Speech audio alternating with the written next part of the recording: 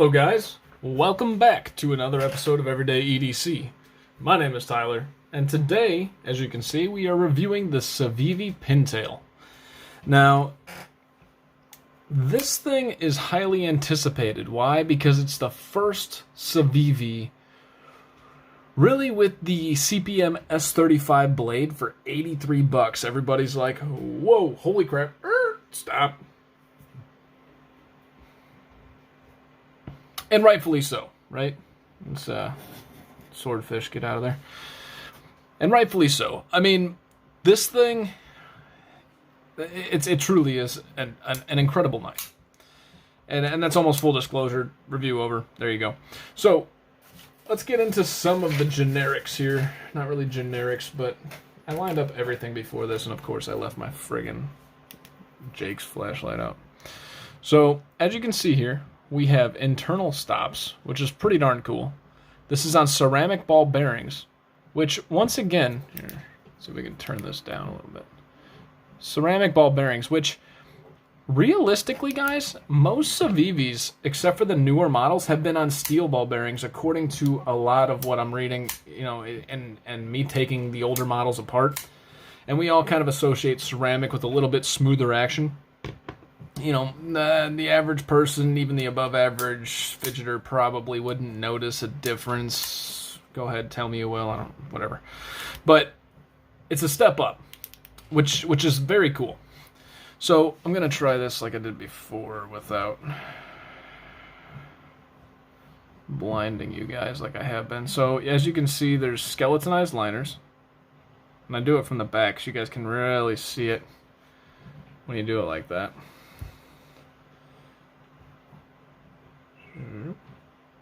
So there we got skeletonized liners. A micarta handle that I've heard is a paper style micarta, which is kind of what gives it its blockier feeling. I could be wrong on that. The micarta feels good, but it feels, let's just say it feels better than the Sencut Scepter. Now the Scepter is a really good knife, but this micarta feels different. This is a smoother, grippier. This kind of feels like paper. Maybe this one's not. So as I was saying, the micartas feel, this definitely feels cheaper. So maybe this is some type of canvas or burlap. We'll have to, if I find out before I post this, I'll definitely add it to the video. So the chamfered edging all around is really nice. It makes it feel nice and smooth. We got these nice little finger cutouts, and it's scalloped going in there on both sides, so you can really access that stainless steel lock bar. It isn't quite shadow boxed, even though the lanyard hole here is sticking out and this is just the liner. I wouldn't call this shadow boxed. It's more of an overlay, and then you have, or just scales that are overlaying, and then you have the lanyard hole sticking out. We have this deep carry pocket clip, typical Civivi, that is ambidextrous. Unfortunately, it is not recessed, like I talked about with all the other Civivis that are micarta. They just don't put the pocket clip in. I mean, the frustrating part is we have G10, it's milled in, it looks good, right? Nice and flush. Let's see about the brass. Well, same thing with the brass. But brass would be harder. But I just don't know why they don't groove that out. I think that would exponentially make this better. We do have thumb studs that you can, I mean, as you see, this knife is super snappy. And a flipper tab. All work very well. Can I fail it? Yep, I'm good at failing. Can I fail the flipper tab? Yep, I'm good at failing. But that doesn't mean anything. I mean, I have not failed this failed it unintentionally, just as I was saying it. I have not failed it unintentionally except for that one time right there. But it's great. Now, the action going down, almost drop shot for a tiny little sub $100 knife. The back and forth, there is none. Up and down, there is none. Very nice. We have this nice thumb ramp going up here with some mild jimping. It's let's see, let's focus. You can see it's some mild jimping there. Not too bad. And then we have some jimping here on the liner lock, and a little bit more mild jimping on the flipper tab. Gosh, my freaking thing does not want to focus. So, not bad, and it works with this type of flipper tab because it does give you a little bit of grip because it's smaller. I do prefer a flipper tab like the Concept Cryo. As you can see, none, but it's also swooped up a little bit, so you can flip it much easier without needing the jimping. There's no swoop up. They chose to chop this flipper tab off just a little bit and give it a little bit more profile in the pocket rather than, you know, just emphasizing a larger flipper tab, which is really nice. These hardware, because that's how we say these things here in my house. These hardware. Ace Hardware. Ace is the place to have the hardware, folks. These are all T8, and unfortunately, the pocket clips are T6. Not a big deal. The pivot is also a T8, if I'm not mistaken. Yeah, it's a T8. So the pivot is also a T8. We have this black stonewashed, or coated blade, rather. S35VN. Let me reiterate that. S35VN on an $83 knife with micarta and ceramic ball bearings. Really, really nice. So let's get into some specs. We'll get into some size comparisons, overall thoughts on this knife. I'll show you a couple comparisons to where I really think this guy came from. So the overall weight is a 2.8 ounces. Let me check my card. It says 2.76, so maybe my scale's off. I just think it's funny when we're like, oh, it matches. Well, scales need to be calibrated, so anyways. Let's check the blade stock thickness right here. Pretty thin. It's coming in at just 100 thousandths. That's stupid thin. Now let's check the behind the edge. Darn it. Sorry. About 17 thousandths behind the edge. That's pretty darn good. This thing's going to be ultra slicey, and it has been. This is an awesome knife, guys. Kind of giving you too many cues as to how this is going to go. Its total thickness is 0.46, or almost half an inch. The average knife, I say, comes in at about half an inch, but I use the average knife as the Rat Model 1, so maybe it's not that average. This might be closer to the average thickness of a non-contoured knife. The overall height's coming in at 1.27. As you guys know, the Para 3 is coming in at a 1.66, and the Manix 2 is coming in at a 1.74. So this is much, much better in your pocket for a carry profile. The overall length of this guy is coming in just shy of 7 inches. Yeah. Just shy of 7 inches. Maybe 6.9. I would say 6.9 inches. The overall blade length is coming in at just about 3 inches, and the overall cutting edge is about 2 3/4. Let's get you guys some size comparisons here. All right, center this guy up. We'll start off with our Rat Sandwich. Oh, that Rat 2 did not want to open up, and then I put a nice fat fingerprint on there. And here's your Rat Model 1. As you can see, it's even smaller than your Rat Model 2. So for this size comparison, I'm going to steer away from the larger knives. Kind of let's not waste time. We know it's smaller than the Rat Model 2, right? Here is your mini feldspar. And let's say your PM3. As you can see, it's a little bit smaller than your mini feldspar, and I would say slightly smaller than the PM3 as well.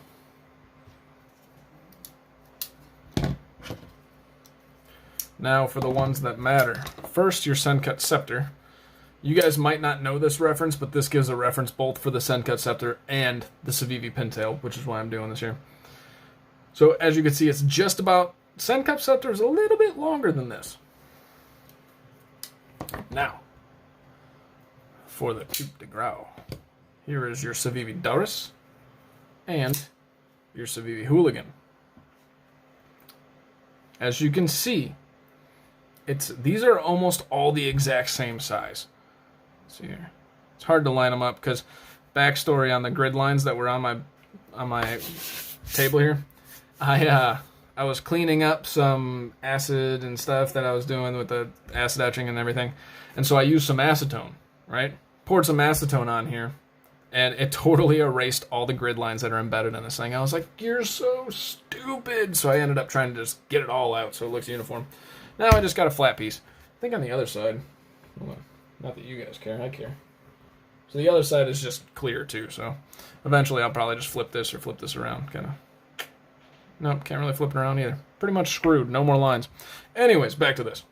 They're all about the same exact size. So you can tell that the design language is there. If I had the Civivi Elementum, it would be such a perfect comparison. There's certain websites that actually state that this is more of a Civivi Hooligan, which is, full disclosure, why I bought the Hooligans, because I knew I was getting the Pintail in, and I wanted to compare the two. But looking at these now, feeling these now, and having felt the Civivi Elementum, this is so much closer to the Elementum than it is the Hooligan. The only reason it rings Hooligan right here is because of this thumb ramp, plus the micarta. Those two things right there make you think of a Hooligan, but in my opinion, it is much closer to an Elementum. This, to me, is the product of the Civivi Elementum as the mother, and another Civivi Elementum as the father, who on his third cousin's side, all the way up to Uncle Bill, was a Hooligan. So he has a little bit of Hooligan in him, but nothing crazy. That's where this comes from, in my opinion. And you could tell it's the same design language, and I think they took almost the best of everything. What I don't like about this knife, this finger thing here, just like on the Civivi Elementum, I use as a finger choil, but it is not a finger choil. This is the only way this makes sense for a finger choil is if you bear down and back. So as I'm pulling down and back, I'm away from the blade. But now if I slip, my hand is going, there's nothing protecting my hand from the blade there. That's irritating. Not a big deal, but the Elementum did it too, and it just kind of frustrated me a little bit. Like, pick something. And I said the same thing about the Hooligan. The Hooligan's finger choil isn't really a finger choil. It's just a large sharpening choil, but it looks almost big enough to get your finger in, but it's not. I don't think it is. If I were keeping the Hooligan, I would round that out some. So that's a little irritating to me. Another thing that's irritating about this, and not crazily irritating, is that pocket clip and how they didn't just cut out a little bit of the micarta to sink it in there. It would be such a phenomenal carry at that point in time, more so than it already is, if that pocket clip was just sunk down. The screws are flush with the pocket clip, but the pocket clip is not flush with the micarta, and I don't know the logistics of doing that, but I feel like it can't be that much more, and it would just make this stand out even further than it already does. The very last complaint that I have, and this is so minor, it's coming from a fidgety perspective, and I think it's because it's the first time Civivi's ever had these internal stops, which is super cool. It's much more sturdy than a lot of their other models. Not that it really matters. None of us are going to push these to the brink of having to use these to the point where it's like noticeable. But these internal stops, once you break that first detent, right here, it's like I don't know, I'm trying to do it so you guys can hear it. It feels loose. Now, the blade is perfectly tight, perfectly up and down. Just in this 5-degree motion right here, there's something that feels loose. I can almost feel like there's pivot play, but there's not. And you're like, what the heck?